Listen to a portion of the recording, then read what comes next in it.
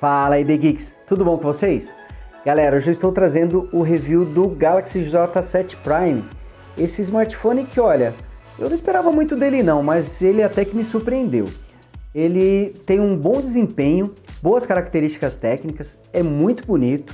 Estou adorando o sensor de digitais dele, que felizmente, pela primeira vez no Samsung, não precisa apertar para desbloquear, é só encostar o dedo aqui e dá tudo certo. Tá com a interface muito bonita, bastante próxima do Android, realmente curti bastante. É um aparelho bem legal e que vocês vão conhecer melhor agora.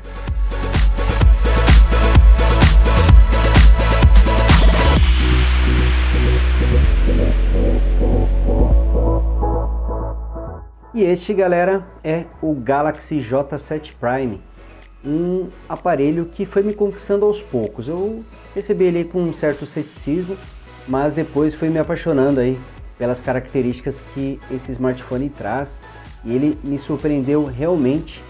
É um aparelho muito bom e que eu recomendo. Bom, vamos desbloqueá-lo aqui com os seus sensores digitais e esse é um dos recursos que eu adoro nesse aparelho. Mesmo ele tendo o botão de home aqui no formato físico, como o S7 e o Note 5, você não precisa pressioná-lo para usar os sensores digitais, basta você encostar e ele desbloqueia.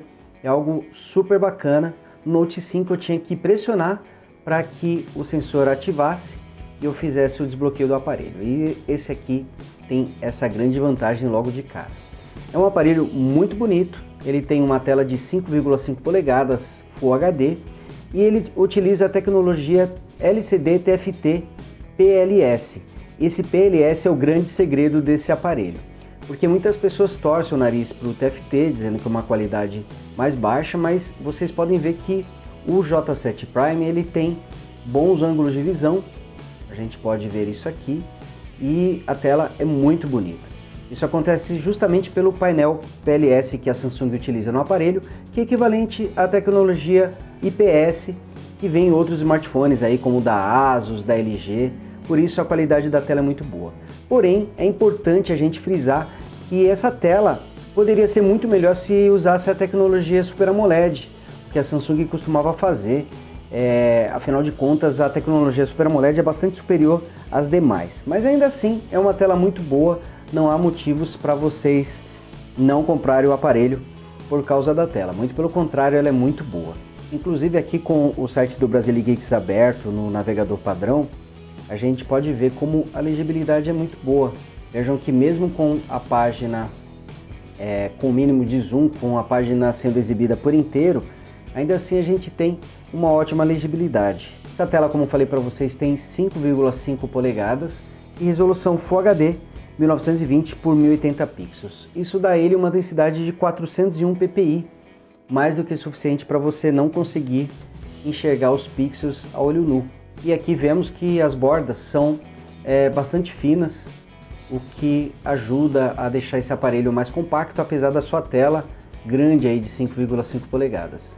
A Samsung continua insistindo em usar dois navegadores, esse aqui é o padrão, mas ele é muito bom, é muito rápido, a gente consegue perceber isso ao rotacionar, ao fazer o zoom em pinça.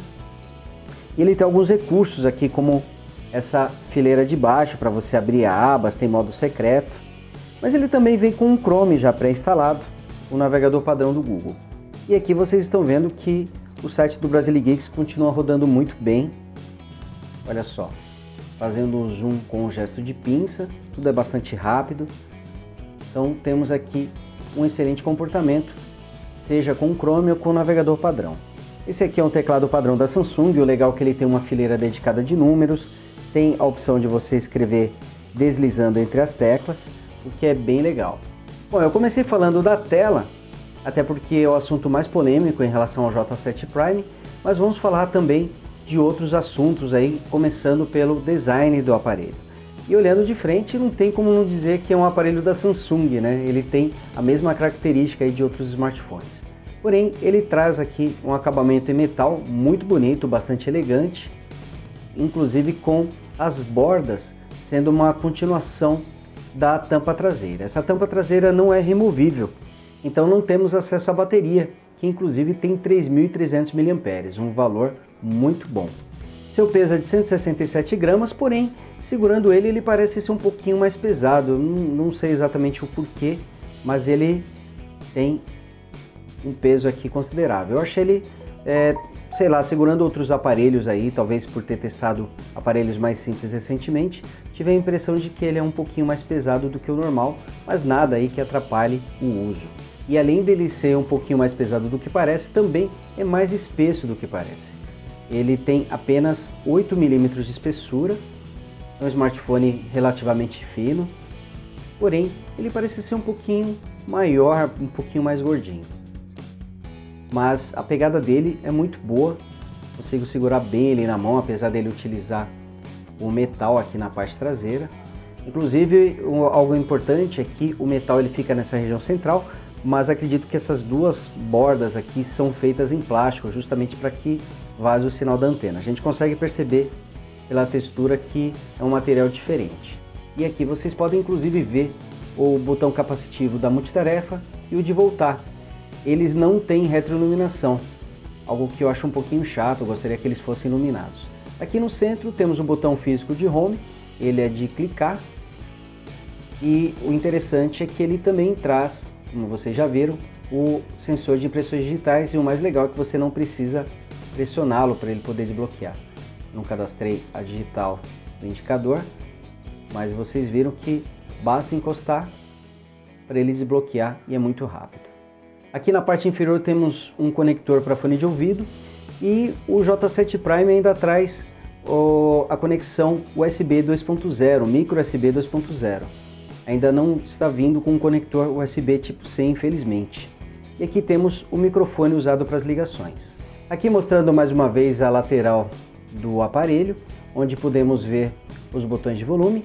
E olha só que curioso, ele tem dois slots. Nesse primeiro fica o primeiro SIM card. Vou ejetá-lo aqui para vocês poderem ver. Então aqui fica o primeiro SIM card, mas ele traz nesse segundo slot, o maior, mais dois slots. Um para um segundo chip e um para o cartão de memória. Então algo que é bem legal nesse aparelho é que ele suporta simultaneamente dois chips e também um cartão de memória. Algo que está ficando cada vez mais raro aí nos novos aparelhos. E aqui outra curiosidade desse aparelho é que do lado do botão liga-desliga temos o alto-falante. É por aqui que sai todo o som externo do aparelho. É realmente uma posição bastante curiosa, já que a gente está acostumado a ver ou na tampa traseira ou na parte de baixo. Falando um pouquinho sobre o software do aparelho, o J7 Prime vem com Android 6.0 Marshmallow, rodando aqui por baixo da interface da Samsung. Não é mais a TouchWiz, é a Grace UX. É uma interface com várias modificações em relação às gerações anteriores. Ela está mais bonita, mais discreta e inclusive aqui estamos com um tema. Talvez por isso ela esteja até um pouquinho mais diferente do que a gente está habituado. Quando você segura um espaço vazio, dá para você trocar de papel de parede, adicionar widgets à tela inicial. Dá para configurar o tamanho da grade da tela, onde você pode deixar até 5x5. Eu gosto muito desse recurso. E aqui você pode trocar os temas. Eu vou colocar aqui o tema padrão para a gente ver como é que é a interface natural aqui do J7 Prime. Então essa aqui é a interface padrão. Essa é a aparência do smartphone quando você configura ele pela primeira vez. Aqui temos a barra de notificações e aqui a barra de funções, um formato que eu acho bem legal, onde dá para você habilitar e desabilitar Wi-Fi, som, Bluetooth. Clicando aqui nesse ícone você exibe a relação completa de ícones e dá para você editar a ordem deles, dá para você adicionar alguns aqui à área primária e clicando aqui a gente acessa as configurações. A Samsung ela sempre tem uma área com atalhos para você acessar algumas funções de maneira mais fácil, dá para você editar e mudar. Inclusive aqui a gente confirma na informação de software a versão 6.0.1 Marshmallow. Não sabemos se ele será atualizado para o Android 7 Nougat, mas fica aqui a torcida. O Galaxy J7 Prime vem com 32 GB de armazenamento e 3 GB de memória RAM. Ele tem suporte para cartão de memória, mas infelizmente não dá para você usar esse cartão como memória interna. Ele só tem a opção de armazenamento portátil. Nesse caso, você pode salvar fotos, músicas e outros tipos de arquivo no cartão de memória, mas os aplicativos eles têm que ficar na memória interna. É até possível você mover parte de alguns aplicativos para a memória interna, mas ainda assim uma parte sempre vai ficar na memória principal. Aqui mostrando para vocês a gaveta de aplicativos. Ela é semelhante à de outros smartphones da Samsung, como o S6 ou S7, por exemplo. E essa interface ela tem alguns recursos especiais, como por exemplo o fato de você levar até a orelha para poder atender as ligações quando ele está tocando, ou virá-lo para baixo para poder silenciar. Ele também tem um modo aqui onde você dá 2 toques no botão Home para poder abrir a câmera. E veja que é muito rápido, olha só. Você dá 2 toquinhos e ele abre o aplicativo. Isso pode ser feito até mesmo com a tela desligada. Se você der 3 toquinhos, você redimensiona a tela para poder usar com uma mão só. É um recurso limitado, porque não dá para você aumentar ou diminuir o tamanho da tela, não dá para você colocar ícones virtuais aqui da multitarefa, do voltar e do home, mas ainda assim quebra um galho na hora do uso, dá no máximo para você alternar aqui entre as mãos. São recursos bem interessantes, mas fica faltando alguns aí que tem no S7 e também tem na série Note, como por exemplo a tela dividida, já que ele tem uma tela grande, ou a opção de você redimensionar aplicativos. Olha só, aqui simplesmente não funciona, mas ainda assim tem alguns recursos bem legais. Bom, agora vamos dar uma olhada na câmera do J7 Prime. Como eu falei para vocês, ele possui um sensor traseiro de 13 megapixels. Nessa resolução ele tira fotos no formato 4x3 ou 9,6 megapixels no formato 16x9. Vamos começar pelo modo automático. Então, essa câmera ela tem suporte ao foco por toque e tem abertura focal de 1.9. Isso significa que ela consegue captar melhor as imagens em ambientes com menos iluminação. Ela é rápida para disparar, leva um pouquinho de tempo para focar. Olha, vocês estão vendo aqui, dependendo da situação, ele leva um pouco mais de tempo, mas depois que ele foca, ele tira a foto e processa de maneira bastante rápida. O que eu não gosto muito é que para você usar o efeito burst, aquele modo onde você tira várias fotos, você precisa acionar um modo específico. Aqui sim você consegue, olha só, tirar uma sequência enorme de fotos. Aqui olhando a gravação, ele consegue filmar em até Full HD, tanto com a câmera traseira quanto com a frontal. Dá para você tirar fotos também enquanto você grava e é possível usar o flash durante a gravação, porém você tem que ligá-lo antes. Ele tem opção de filtros aqui para você usar, tem um temporizador, aqui é a configuração do flash e aqui é a resolução da câmera. Aqui nos modos ele tem esse modo automático, tem o modo profissional. Nesse modo profissional você consegue fazer aqui o ajuste do balanço de branco, do ISO e da exposição, não muito mais do que isso. Ele também conta com o modo panorama, tem o modo HDR. O HDR também poderia já estar no software principal da câmera, mas infelizmente ele não está aqui. Você tem que usar um modo à parte. E quando você tira a foto, olha só, ele leva um tempo para poder processar a imagem. Você também não pode mexer para evitar com que ela fique borrada. A câmera frontal consegue tirar fotos em 8 megapixels no formato 4x3 ou em 6 megapixels no formato 16x9. Também durante a gravação você consegue tirar fotos, mas nesse caso o zoom digital não funciona. Olha só, dá para você pausar e retomar e dá para você tirar fotos durante a gravação, lembrando que essa câmera filma em Full HD. Em relação à qualidade das fotos e das filmagens, o resultado foi muito bom em todas as situações, tanto em ambientes com bastante luz quanto com pouca luz.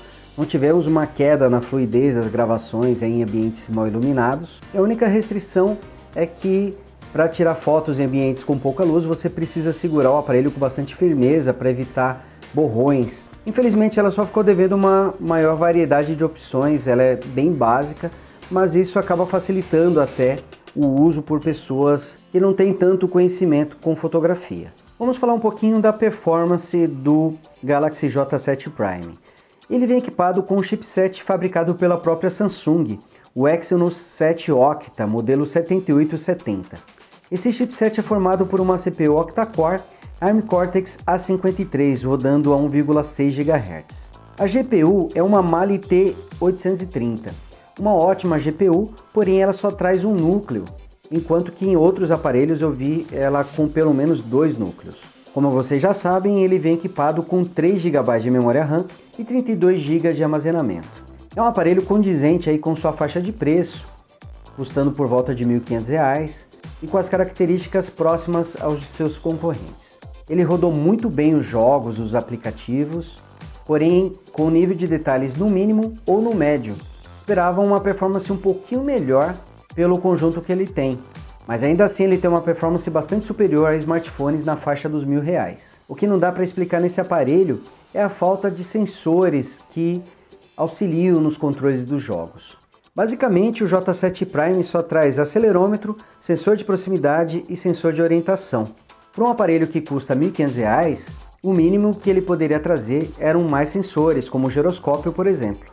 Em relação à bateria, esse aparelho mandou muito bem, conseguindo um dia inteiro de uso sem precisar recarregar. Somente em situações mais intensas, como em jogos, por exemplo, você precisa recarregar a bateria antes, mas no uso normal ele consegue chegar até o fim do dia com 20, 30, às vezes até 40% de bateria.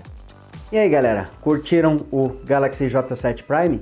Tenho certeza que sim, porque ele realmente surpreendeu, sendo aí um aparelho bem legal. Ele está saindo aí na faixa dos R$ 1.500, então a sua concorrência é bastante forte. Ele concorre aí com o Moto G4 Plus, com o Zenfone 3 de 5.2 polegadas, quer dizer, só tem concorrente de peso aí nessa categoria. Mas ele mandou muito bem nos testes, traz uma ótima câmera, tanto a traseira quanto a frontal, tem o design premium muito bonito, uma ótima tela que, apesar de ser uma tela TFT, ela usa a tecnologia PLS, então ela tem ótimos ângulos de visão e não fica devendo nada para nenhuma das outras. Vem com Android 6.0, uma interface bastante limpa, boa capacidade de armazenamento, mas é legal ver que a Samsung trouxe um aparelho bem bacana aí para disputar na faixa dos intermediários. Bom galera, espero que vocês tenham gostado desse vídeo, vou ficando por aqui.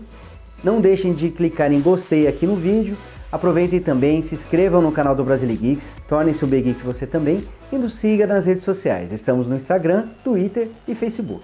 Obrigado, um abraço e a gente se vê aí no próximo vídeo. Falou!